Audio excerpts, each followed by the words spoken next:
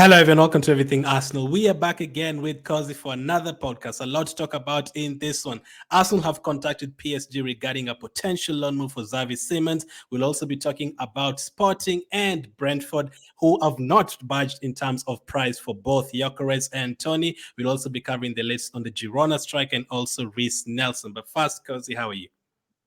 I'm absolutely fine. Football is going on like I expected. The Euros are really giving us the good vibes.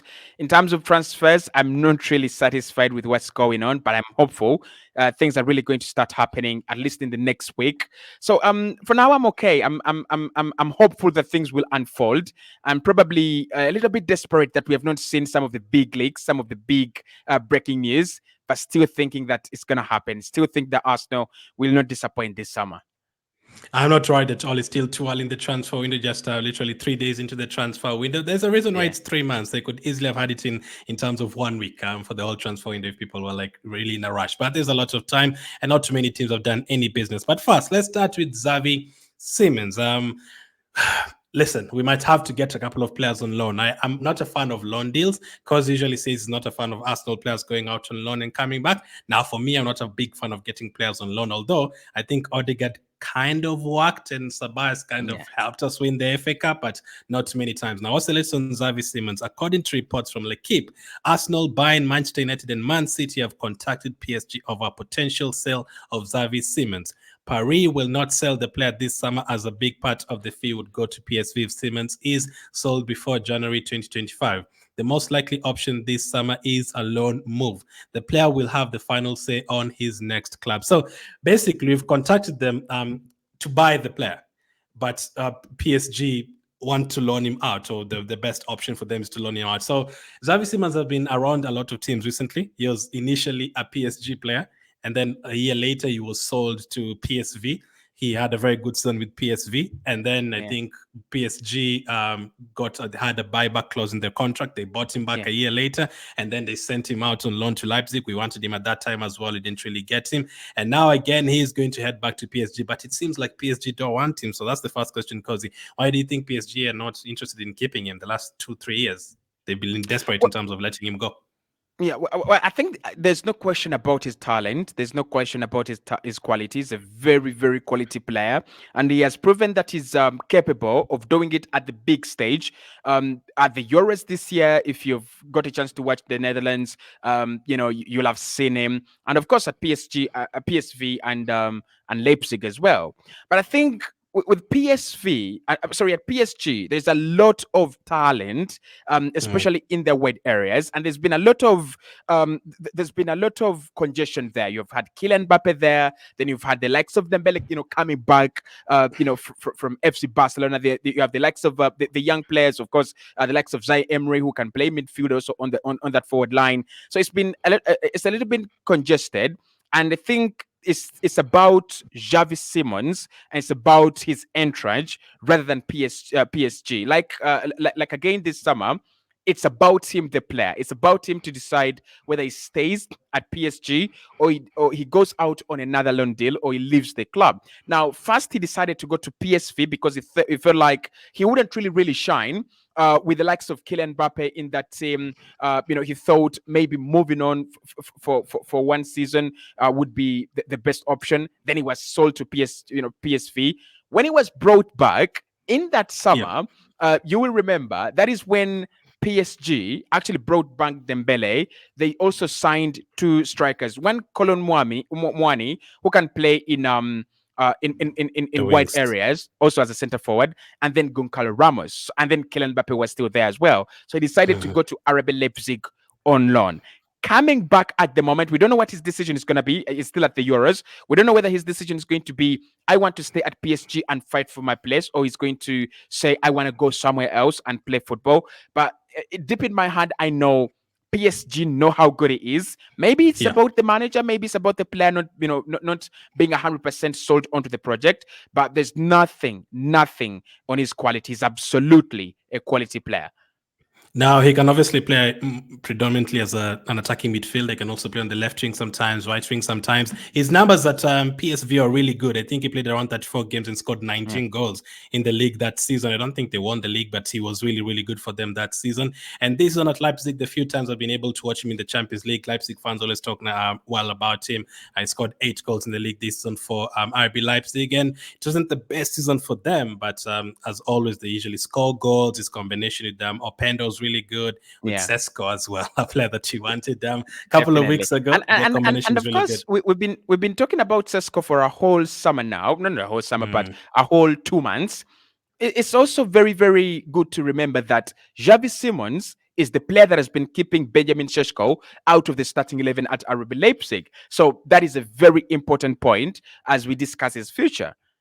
Yeah, so he got 8 goals and 11 assists this season, which is a really good return. That was just in the Bundesliga, and he also got 2 goals and 2 assists in the Champions League. So some good returns there. And over at PSV, the previous season, he scored 19 goals and had 8 assists. So those are really, really good numbers. Now, Arsenal one team, Man United one team.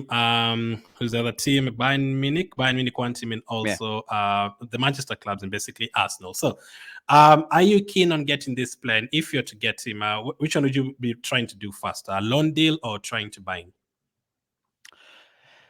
Well, I think we are trying to get a midfielder. We are also trying to get a winger, and we are working on a limited budget. Not limited in terms of very small, but limited in terms of Arsenal are not going to just go out there and splash the cash. So probably a loan deal for such a player is absolutely wise and absolutely very, very economically prudent. So when you think about the quality of players of clubs that are really in him, like Bayern are interested to get him away from PSG, by the way. Leipzig want him back. City have been linked together with Manchester United. So I'll definitely give him a try. And it's a player that Arsenal have wanted even before he went out on loan to RB Leipzig last summer. Again, Arsenal were there trying to see if they could sign him. We were linked with him. Was it before we got Havertz? Yeah, before we got Havertz. Exactly. And again, we were linked with him before he went to PSV the previous summer. So that shows you that Arsenal have looked at him for quite some time. And there is a player in there. Now, for us, we are lucky or unlucky for this case that we have played against him at PSV and we know his wrath and we know his quality and we know what he can do both in midfield and attack. It's one of the things I like about him. Like, he reminds me of Dusan Tadic. He can play in that midfield line very, very well. And you think predominantly he's a very good midfielder. But when he plays on that forward line, when he plays up top, he is quality, bro. He's absolute quality. You've just talked about his numbers at PSV. 19.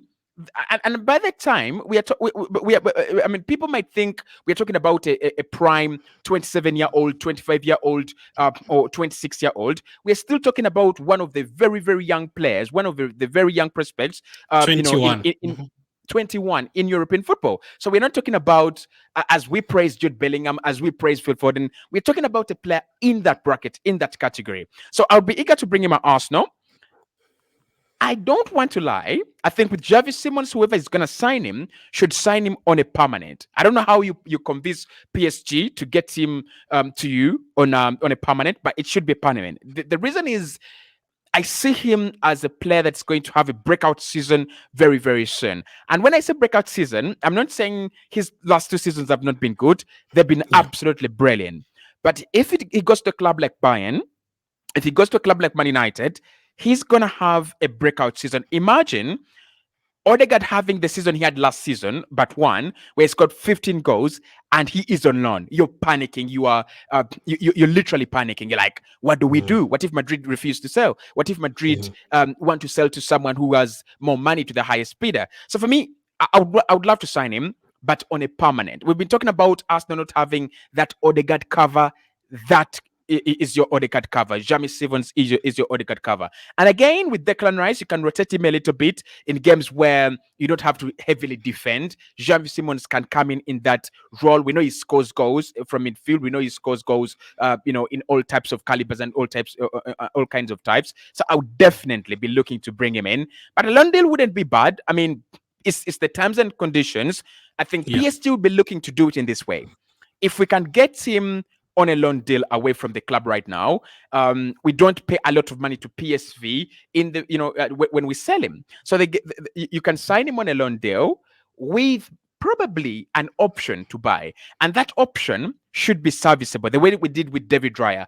Arsenal knew that whatever happens, as long as David Raya performs to the full expectation, we are going to pay that 27 million. Actually, I was saying Arsenal's Twitter handle, they actually they were congratulating Raya for going to the Euros, and I'm like, is he our player already? Really?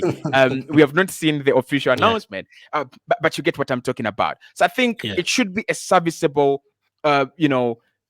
obligation to buy or option to buy, so that Arsenal don't just get him, give him a breakout season, and then we are used. But I'll definitely be looking to bring him at Arsenal. Midfielder, winger, forward, you can name it. There is a player there. Yeah, strong at dribbling, strong at finishing his passes. So he's and the way we've talked about him being at all those clubs, it seems like he's 24, 25 already, but he's only 21, and 21. He just turned 21 like 2 months ago. So he's been going all around those teams, 18, 19. And you mentioned the game that he played against us. I remember that game because I think it was him, Gakpo, and Madueke. Before Madueke moved to Chelsea, there were the three of them, I think, playing up front when he went to PSV, and they beat us in the Europa League. So they're a very good team, and Zavi Simmons was one of the players in that team, and he's been great since then, but seems like PSG are still trying to get rid of him. So if we end up buying him and they say, okay, because you're interested in Zavi Simmons, 55 million. Well, the price is going to be a little bit tricky. Very, very tricky. I wouldn't pay 55 million pounds for him, but I would go close to 45 million euros. I think that is the real price tag. Now, the problem PSV have is that they've given him out on a couple of loan deals, and he's really not played for them. So they are not really 100% sure that he stays and he plays under, Unai Emery. I don't think that Unai Emery is looking to build his team around him or to include him there. So they're most likely looking at him as a player they can move on for some kind of profit. So 55 million, that's a little bit too much. 50 million euros, maybe you could talk about it, but most likely 45 million euros. That's where I would be thinking. I mean, I'll be looking at it like the Odegaard deal. One that you pick up on a bargain, but deep down you've done your scouting, you've done your research, you've done your homework. You know this guy is gonna come good. You know this guy is going to be a superstar. You just steal him for 35, 40 million euros, and then you run. So for me, it would be 40 to 45 million euros, not to disrespect PSG. I think they know also that they have gold. They know also that they've got, a talent. Imagine sending a player to the Dutch Eredivisie, brilliant. You send him to the German Bundesliga, he's brilliant. You've got to stop, pause, and you're like, if we were valuing him at 30 million euros, this guy is 10 million euros more, or even 20 million euros more. But I think, when I think about the clubs that are trying to sign him, who is going to sign him for 50 million euros? I don't think Arsenal, I don't think Bayern are going to sign him for 50 million euros. City, no. United, no. So that's the advantage there. And I think among all the clubs that are really interested in him, the one club that might actually go out of their line and say, we are going to bid first, or we are going to make an offer first, would be Arsenal, because we are the ones looking for an attacking midfielder, and we are the ones looking to bolster our attacking options now with Šeško not coming in. So I think this would be a deal where Arsenal have to set the pace and many clubs follow. That's why I'm saying 55 million euros, not really. If Arsenal say he's not worth 55 million euros, I don't see anyone like going, wow, we'll pay 60 million euros for him. I don't see that happen. Yeah. Now, the more we get linked to attacking midfielders and wingers, the more it seems likely that Reiss Nelson is going to leave. And the latest on him is this. Crystal Palace have begun talks with some of their targets to replace Michael Olise, with Arsenal's Reiss Nelson being an option. It is believed that Palace are ready to make an opening offer of around 10 million for Nelson, but Arsenal are holding out for 25 million. Now, because he did mention something when we last talked about Nelson a couple of days ago, he did say he doesn't imagine that Nelson will be a direct replacement for Michael Olise. They would still need another wing on top of that. Now, we want 25 million. We're okay with him leaving. He's already asked Arsenal to, look for other options. But Crystal Palace are offering 10 million. Now, I'm not surprised.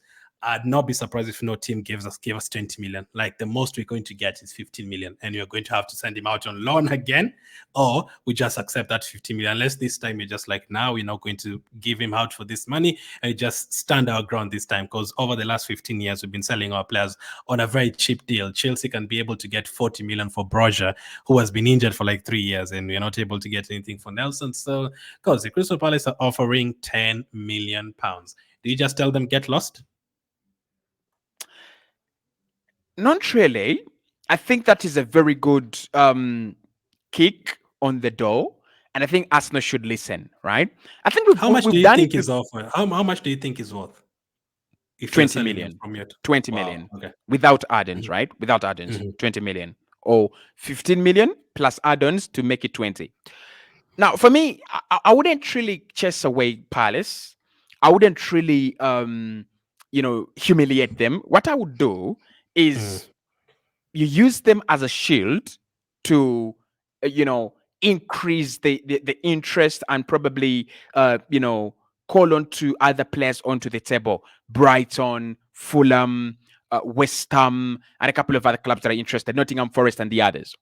The thing with Crystal Palace is they will have money, and they already know that Michael Olise is leaving. They already know that there is a club that is going to trigger that release clause. So they know that they've got that 65 million, but they're not going to use that 65 million to replace Olise alone. They're going to use the 65 million to reinvest in the whole squad. Hopefully, I still think that they will keep Eberechi Eze this summer. So they will want to get in a forward. They'll want to get in a replacement for Olise, and probably strengthen that midfield and probably getting, one defender as well. So I think the 10 million is not bad, but that already shows you that Palace value him at around 15 to 16 million. I think their next offer is going to be around 13, and their final offer is going to be, around 16. Now, that is still below what Arsenal should get for Reiss Nelson. Not because that is very good, but we have seen clubs like Liverpool scam people for players like Solanke, for huge amounts of money. And I'm like, okay, if that is happening, Arsenal just need to change the way we sell. We just need to change our tactics. And again, we've seen it with Arsenal on a couple of occasions. Look at the Declan Rice deal. Arsenal going in there with 60 million, and West Ham just laughing at it. And then we go there with 80 plus, and West Ham just laughing at it as well until we hit the 100 million. So I think it's about us using these little bits to build a real case. If Ali on the window receive a 15 million bid and we turn it down strongly, and we we show our resolve, and we know we are going to have a 20 million bid, I think we will get it for Reiss Nelson. I think we just need to stand our ground. So for me, it's a very good starting offer from Crystal Palace. Negotiate with them, but we shouldn't in any way, shape, or form allow them to own this deal. They shouldn't own this deal like Leeds United did with us. They were talking to us, they talked to Chelsea, and they talked to FC Barcelona as well. Eventually, they got what the player wanted. They got what the club wanted in terms of the fee, and everyone was happy apart from Arsenal and Chelsea, obviously. Brighton did it with Moises Caicedo, Chelsea, Liverpool, Arsenal. In January, it was 80 million. And that meant that everyone who was going to come in for Moises Caicedo in the summer had to pay more than 8 million, because that was rejected by Brighton from Arsenal. And we saw Chelsea starting at around 80, then rising to 90, and then Liverpool, going for, I think, was it 90 or 100, and then Chelsea eventually signing him for a crazy fee. So I think Reiss Nelson, Arsenal, this is the season, this is the summer to sell him. All we've got to do is don't mess this up. Talk to Crystal Palace, do as much propaganda as we can. I mean, we've seen clubs, we've seen deals, being escalated by clubs. We have seen reports, being washed washing up, and they're being driven by clubs, especially in Italy, where you have a player and Sassuolo just come out and say there has been a bid from an English Premier League club, but there is also another English Premier League club making an inquiry. Bro, there's no Premier League club that's making an inquiry. It's only Arsenal. Don't start gaslighting us here. So I think those are very, very weird, savage, tactics. I mean, anyone who is born again wouldn't want to consider that in business, but that is what the transfer window is, is all about. So for me, Reiss Nelson, there is a lot of hoggling and woggling to do. There is a lot of negotiation to do. 10 million, that is a very good starting point. It means that there is no one that can now value him below 10. So can we now go to the 20 and then go to the 25? I think Arsenal's valuation is actually okay. I don't think it's weird for them to want 20 million plus add-ons. I mean, depends on how much add-ons. The add-ons could be 9 million to make it 30. We don't know at the moment. But if they want 20 million and then a couple of add-ons on top for this guy, this is brilliant from Arsenal. This is Arsenal becoming better at selling. This is Arsenal becoming, braver in the, in the market. There's nothing as hard as selling in the market. It's easy for you to go get your cash and buy something in the market, but when it comes to you to sell, it's very, very hard, and that's why you find that in most cases, Arsenal been really given, I would say, unfair prices for players, here and there. But 25, that's what we want for Reiss Nelson. It means we want more for ESR. It means we want more from Edin Ketia, because both of them have played more and have had more impact at the club than Reiss Nelson. So for me, good valuation. Don't kick Crystal Palace out. Let's negotiate. Would you be in a rush to sell him? Because last summer, when you wanted Declan Rice, Xhaka hadn't gone yet. And we weren't really in a rush to sell Xhaka, because I don't think that's the money we were using to get Declan Rice anyway. We knew we were waiting to really get Declan Rice through the door, or 90% done, and then let Xhaka go. So we weren't really in a rush to sell. Do you think this time it could be different and it could maybe affect us? Because what if we're actually really trying to get rid of these players quickly so that we can use that money elsewhere? If you already had money to use elsewhere and we weren't really in a rush to sell Nelson, we can just say, you know what, we're going to wait up until the end of August. Someone will come in with a 22 million bid, you're going to sell him then? Or do you think we are desperate this time to sell? We need to get rid of these players by the middle of July so that we can get other players. How do you think it's going to work in terms of Nelson? I don't think we're desperate. I desperate. I think we have now become a money-making machine. Hopefully we don't turn into a cash cow for the Cronkies again, but we are slowly working towards that self-sustainability degree as a club. So with all the money we got from the Premier League, with all the money we got from the Champions League, I think at the moment we have got some money to spend, as long as we are sure we can replace it in the future through sales. So I don't think Arsenal are under pressure to sell. Actually, I think we are under pressure to buy more than we are under pressure to sell, because the players we're selling are going to get out of the system. So therefore, they don't need to have a preseason with Arsenal. The players that are coming in are going to come in to replace very key squad players. Therefore, they need to have a preseason, learn the ways of Mikel Arteta as a manager, learn the ways of Arsenal as a system, learn the ways of Declan Rice and Martin Odegaard, who are very, very big pivots for us in midfield. Learn how you coordinate with Kai Havertz and William Saliba, who are also very, very impactful players as well. So I think the panic is on incomings. The panic is not on outgoings.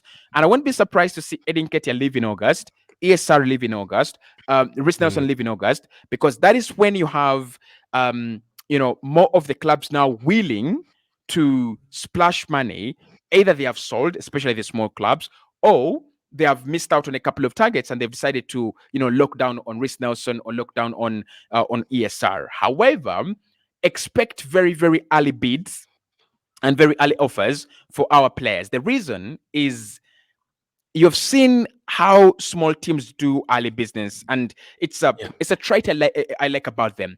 West Ham by now could have completed 2 deals from Brazil. I think one kind of is breaking down due to financial problems and financial negotiations, but West Ham are doing 2 deals already at the moment. Crystal Palace, have they already signed someone? Daichi Kamada? Yes, they have already brought in someone, right? So I think we know that these small teams don't want to conflict and fight with the likes of Arsenal, fight with the likes of Man City when they start doing their business. So it's either they do their business quite early in the window, or they do it a little bit later on in the window. So I won't be surprised to get like a 17-18 million euro offer for him earlier on, but we are not under pressure to sell. We are not under panicking.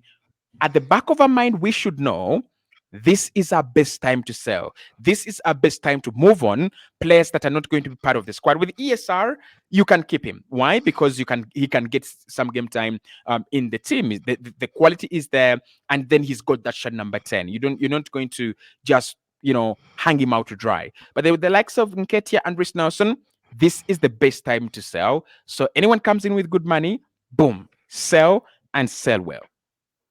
Awesome. So now let's talk about two strikers that we've been linked to, and a couple of deals that look likely not to go through, but could still go through. And those teams are not budging on their transfer fees. Let's start with the Gyokeres. Now, Gyokeres was my first option. He was the player I wanted even before he got linked to Saskia and all those guys. I was like, this guy had an incredible season. Let's get him. So according to the reports from The Sun, as we always say, not the best source, but this is what they've had to say. Yeah. Sporting will remain firm on their valuation of Arsenal target Viktor Gyokeres, with the intention of selling the other first team stars this summer instead. So Sporting are not desperate, Cozy, and the original valuation is obviously the release clause, which is around 101 million pounds, which is around 110 million euros. So if you want Gyokeres, you're going to have to pay that money, 110 million euros. Now on this podcast later on, we'll talk about the Girona striker, but what's your what are you thinking about this situation, the striker situation? Are you okay with just getting, a 40 million striker, 50 million striker? Are you like, let's go for 110 million Gyokeres because they're not budging on their price? They're not desperate to sell him. We're not really going to wait up until August. We want to get a striker right now before preseason. What did you do with Gyokeres, and do you think it's worth that money? 100 million is it's a protection fund. It's a protection fee. It's like when you wake up in the morning, the people who apply sunscreen, and you applying sunscreen to your skin to protect you from the sun. It's the same thing the way Barcelona do it with the likes of Pedri, Gavi, young players. They insert £1 billion release clauses in their contracts. But the truth is, when Barcelona are ready to sell these players, they're not going to sell them for 1 billion. So I think it's a bit of an overvaluation, but it's a protection for Sporting Lisbon, who are at the moment caught in between two worlds. A world where they think this is the summer we sell, and therefore let's wait a little bit longer to see how many offers we are going to get. And a world where they're like, how about we keep him for one more season? Maybe we could try to replicate what we did by winning the Portuguese championship, right? I don't know what their ambitions are, but I think they're between those two worlds. But I think the dominant world for them is going to be 50 GA. This is your best opportunity to sell. Like Benfica did it with Darwin Núñez. Someone is giving you 70 to 80 million or 90 million. You've got to sell. This is your golden opportunity. Imagine if Darwin Núñez has had 2 bad seasons at Benfica and not Liverpool. Is anyone giving you 80 million?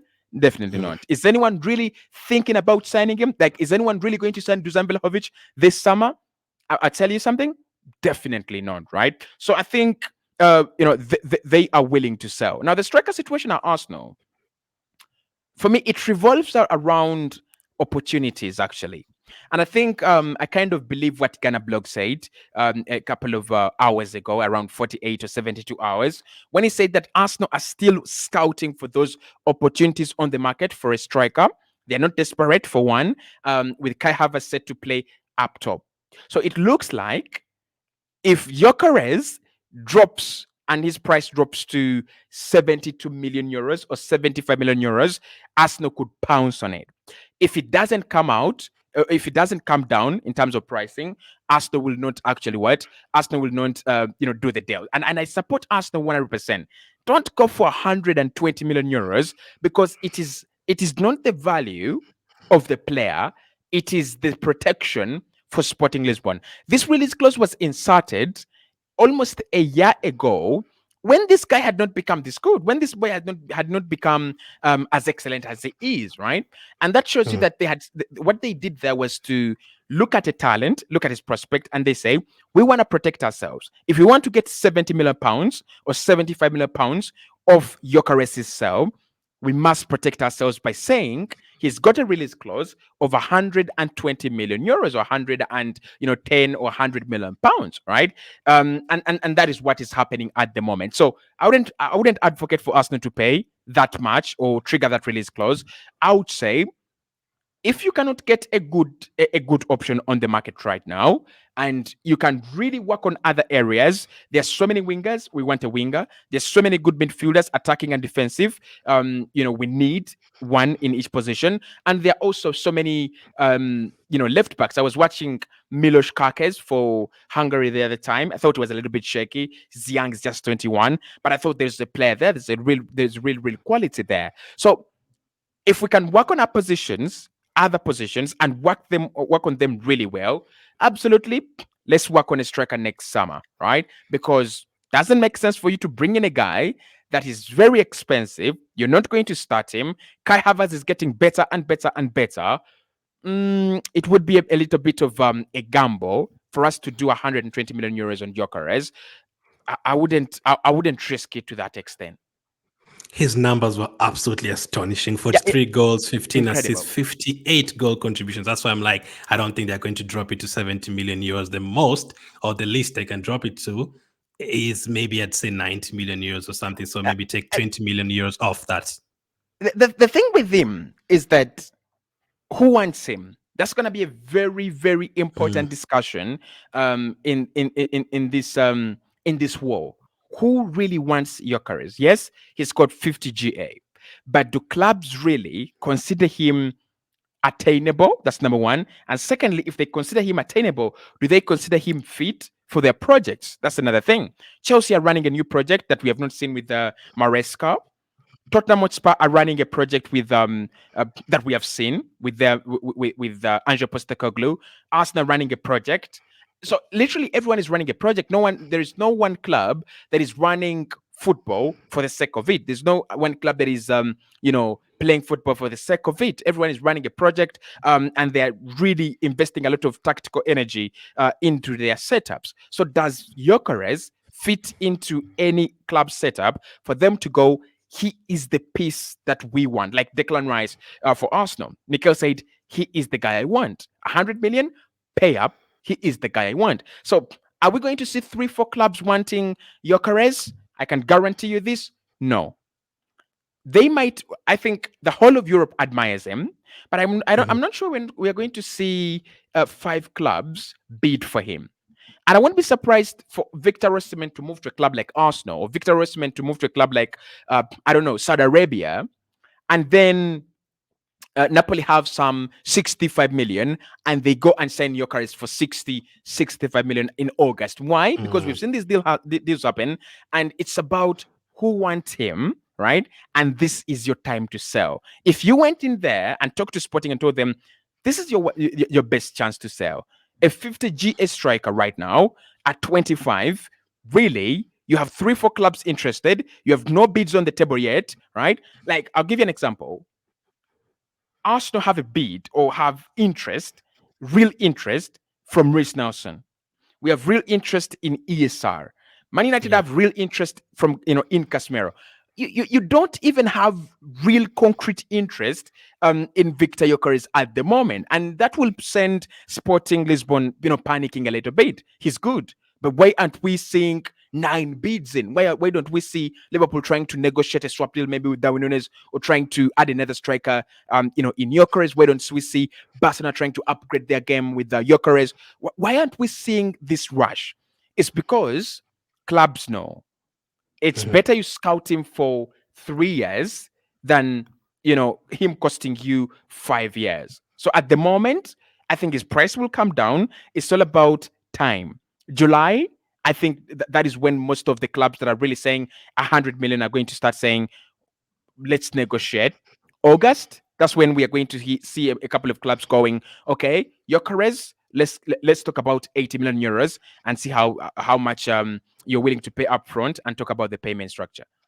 If it's around 85 million euros, I'd be willing to pay it. I've watched him, and people could say it's one lucky season. I think he had a really good season, though. I really love his finishing. His runs in behind, left foot, right foot, and I don't think it's a one lucky season. And Obviously, the goals plus the assists, as we always say with Kozi, you can have strikers who will just get 50 goals and 0 assists in a season. Yeah. You can get forwards who are going to get 18 assists and 5 goals, 6 goals, like a Nico Williams. But if you get someone who can combine the two and get double figures in terms of both of them, I think that's the kind of player Arteta loves. The players like Jesus and Odegaard, players who can get 10 goals, 10 assists, and I think he fits into that. But I don't think anyone would pay that money. Just like Osimhen, I think if they don't take their prices down, they would end up staying in those teams. And I don't know if those teams want them. I don't know if Sporting are desperate to sell him or they want to keep him anyway, like Sesko and Leipzig wanted to keep Sesko. I'm not sure. But if you feel like it's too expensive, Cozy, Ivan Toney is cheaper. The latest on Ivan Toney from Alex Cook: Brentford will not sell Ivan Toney for any less than 60 million this summer.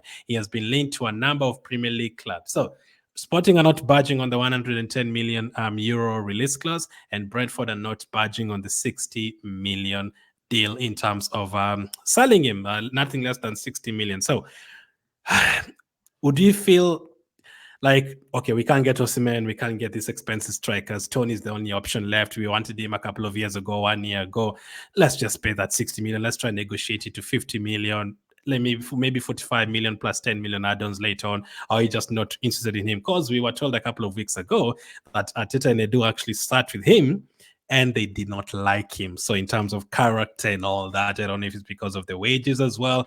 The word was they did not like him. So do you think that affects us really bad, that, we can't really get him because of his character and stuff? It doesn't really fit into what you're trying to do right now? Or would you be like, okay, let's just put that to the side. We can't get any cheaper striker than this. Let's go for Ivan Toney. Premier League experience, let's get him. He's going to make a move. And his next club is already decided. I think he will end up at Tottenham Hotspur. I feel it. Like the way James Maddison, the way Richarlison, I just feel it. I just feel like he's going to take that path. And I see him at Tottenham in a white shirt. Now, why is he still on the market? That's the only question. Why is he still on the market? I mean, every club said, we want a striker, we want a forward. There is your guy. I think the only reason as to why he's still on the market is that 1 year that he spent out, and a couple of clubs were like, we are not really sure. I think most of the clubs right now are going, we are not sure whether he'd really recovered mentally well from that almost 9 months or 10 months without football. Is he okay? Is he mentally okay? Is he back in shape? When we saw him during the later parts of the season, I don't think he was as convincing as the Ivan Toney we know. And obviously, they were first with a couple of injuries, Brian Bemo in and out, and then he had to play with Neil Maupay as well. But I kind of feel like there was something lacking, right? But for me, I've said this before and I said again, his attitude, I don't understand it. I don't really know the exact extent to which his attitude is a big problem. But what I know is that he's worked with Thomas Frank, and he is a striker that has scored 20 goals in a Premier League season where we had Erling Haaland and Harry Kane on top. And he was among the top scorers in that Premier League season. What I also know is that he is a player that can provide Arsenal with something that we do not have, something that Zavi Simmons cannot bring, something that Sesko cannot bring. His physicality, his energy, his center forward play is immensely, immensely good. Also, I know that he is a clinical finisher, and I also know that he can score important goals for any system that he plays in. I'm going to leave Arteta's opinion and verdict because I don't know where it comes from. Probably I've seen something on the 177th page and they're like, this is what we don't want, right? But for me, I'm looking at him. I'm looking at Ivan Toney as one of the strikers that should be making a big move this summer, possibly even to Manchester United, because they've been heavily linked with him. Now, are they going to really get 60 million? They know they are not going to get him. They're not going to get 60 million for him because in January, they failed to tie him down to a longer term deal. That if they wanted 60 million, they should have tied him down to a longer term deal. I think he refused. Exactly. Secondly, The players already said he's ready for the next move. This was before him coming back to football, and then even after the end of the season, he said, "I'm ready for that big next move." He's gone with the England national squad for the Euros. That's another kind of big boost for him. I'm not going to lie. Brentford are going to get 40 to 45 million for Ivan Toney, with a couple of promises on top, maybe a couple of add-ons, for the future, and they will settle for that. And he's going to sign for a big club, if you consider Tottenham a big club. That makes sense. I do think Tottenham would actually end up getting him as well. Now, the last question on Toney is that season where he scored 20 plus goals and he's banging them in and he scored against us at the Emirates. That time, how much do you think he was worth at that time after that season? 70 million. 70. 70 million. What about now after a season where he missed almost the entire season and he finished the season not on a great note and everything that has gone on? How much do you think it has dropped by? 40 million. So now it's 40 million. Wow. So it's gone down 30 million. So if it's 40 million, you would take him. I can't lie, even at 48, 49, even 50 million.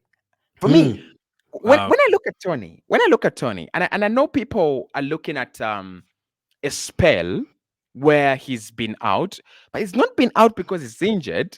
I mean, you want to stay away from players with such problems as much as you can. Like, you look at the Sandro Tonali, he's missing the Euros, he's missed a lot of football for Newcastle. You want to stay away from them as much as possible. But if he's worked on his problems and he's put them behind him, Ivan Toney is a striker that many clubs do not have but need. That makes sense. So speaking of strikers who scored 20 plus goals in seasons, let's talk about Dovbyk of, I think that's how you pronounce his name. It's either Dovbyk or Dovbyk. I don't think it's directly Dovbyk. So Arsenal is one of the clubs that have registered their interest in 26-year-old Ukrainian striker Artem Dovbyk and have requested information about him. There's competition from Atletico Madrid and Napoli. Now, this is the kind of striker I do see in those other two teams as well, Atletico Madrid, Napoli, kind of, Lazio, teams like that after leaving Girona. I thought maybe you'd stay there for a couple of seasons and maybe end up at a Man City, but he's a different kind of player. Now, he had a very good season, coming in, I think in his first full season or something, scoring that number of goals. It's not easy. It's not easy to do it. And he was banging goals against bigger teams. Girona overall had a very good season, but he was one of the reasons why they had a good season. If he's not there, they probably don't finish like in the Champions League spot. And you are going to see him for Ukraine. At the Euros, we haven't seen Ukraine playing yet, but at the time this video is going to come out, I think 4 hours later, Ukraine will be playing against Romania. So we are going to see how he plays in that game in terms of international football. They're in the same group as I think Belgium, if I'm not wrong. So we'll see how he does. So Dovbyk, good season, just like Gyokeres. People would say, I've seen people saying, nice, just one lucky season. Is he really going to replicate that? Is it too much of a risk? Now, they wouldn't ask for too much money. They're not asking for 100 million. It hasn't been confirmed how much they would be asking for yet, but I don't think it should be that much. So again, brings me back to the question I asked you about Osimhen and Gyokeres. Do you have to get those strikers, or are you looking at like, listen, we can't get those strikers. Havertz is our striker for next season. Let's get someone to come and help him. So if it's not Sesko, it could be like a Dovbyk. No, please. Now, I would highly recommend, and this is because of past trauma experiences, I would highly recommend against signing players from clubs that are one-season wonders. Not players that are one-season wonders, but clubs that are one-season wonders. This is it. I mean, Girona as a team have been impeccable. Absolutely insane. The performances, the results they got last season, hats off, bow down. Like the job the manager has done, the job the team has done, and the job the players have done has been really, really impeccable. But it is not an individual job. I've seen clubs already, ripping Girona apart, taking Savio this side, taking, Alex Garcia the other, and the other side, and a couple of other players. It was not an individual, they were not individual performances. That was a team effort. Go back and watch their games. Go back and see how they played. That was, that was not individual efforts. That was team efforts. Secondly, when I look at Artem Dovbyk, I'm like, this is your perfect striker, West Ham. This is your perfect striker, Brighton. This is your perfect striker. Like Napoli, Lazio, Fiorentina, Atlanta. This is your guy. You've been waiting for so many years. He has arrived. This is the striker that will go and score for you 9 goals and he will grab the headlines. This is your 9. This is your center forward. When I think about Arsenal and why we are reading ourselves of potentially Gabriel Jesus in the future and definitely Edin Ketia, it is not to sign Artem Dovbyk. It is not to go and get a 26-year-old that has had a breakout season or two, right? In La Liga with Girona. No. Why I would take a player like Viktor Gyokeres over him is, I think with Viktor Gyokeres, when you look at his game, there's a lot of individual moments in his game. There's a lot of team moments in his game. I think Dovbyk is as good as Girona were, and he's as bad as Girona were as well. It's a problem we've got when you sign players from clubs like Borussia Dortmund and clubs like Ajax, because most of their times, their players are as good as the system, and they're as poor as the system in which they play. So when you pick one player out and you single them out and you're like, we are bringing you to replicate what you did for Ajax, they actually find it very, very hard because they're surrounded with patterns that they understand and other players understand as well. So for me, Dovbyk is like Jovic at Frankfurt. That quality season. And then signed by Madrid, yeah? Exactly. He's like Timo Werner, right? Like, don't fall for it. Please don't fall for it. I don't want you to ask me about the price, because this is a guy I don't rate at all. I don't rate him 100% at all. And I pray, and I also think Arsenal is interested. Now, we're not going to carry on too much about it because there hasn't really anything concrete yet. So we're interested to hear what you guys have to say about the striker situation. Gyokeres, Toney, Dovbyk, however you pronounce his name, Zavi Simmons as well, and also Reiss Nelson. That's all the list. We're expecting more news in the next couple of weeks. The years is started. Obviously, people are focusing on that. Good to know our players are doing great there. Saka has got an assist. Havertz has got an assist and a goal. Jorginho's incredible for Italy. In terms of highest rating, Kivios, they had the highest rating for Poland in their game against Netherlands. So our players have been doing great. Maybe we don't need to make any signings. Thank you for watching, and I'll catch up with you guys on the next one.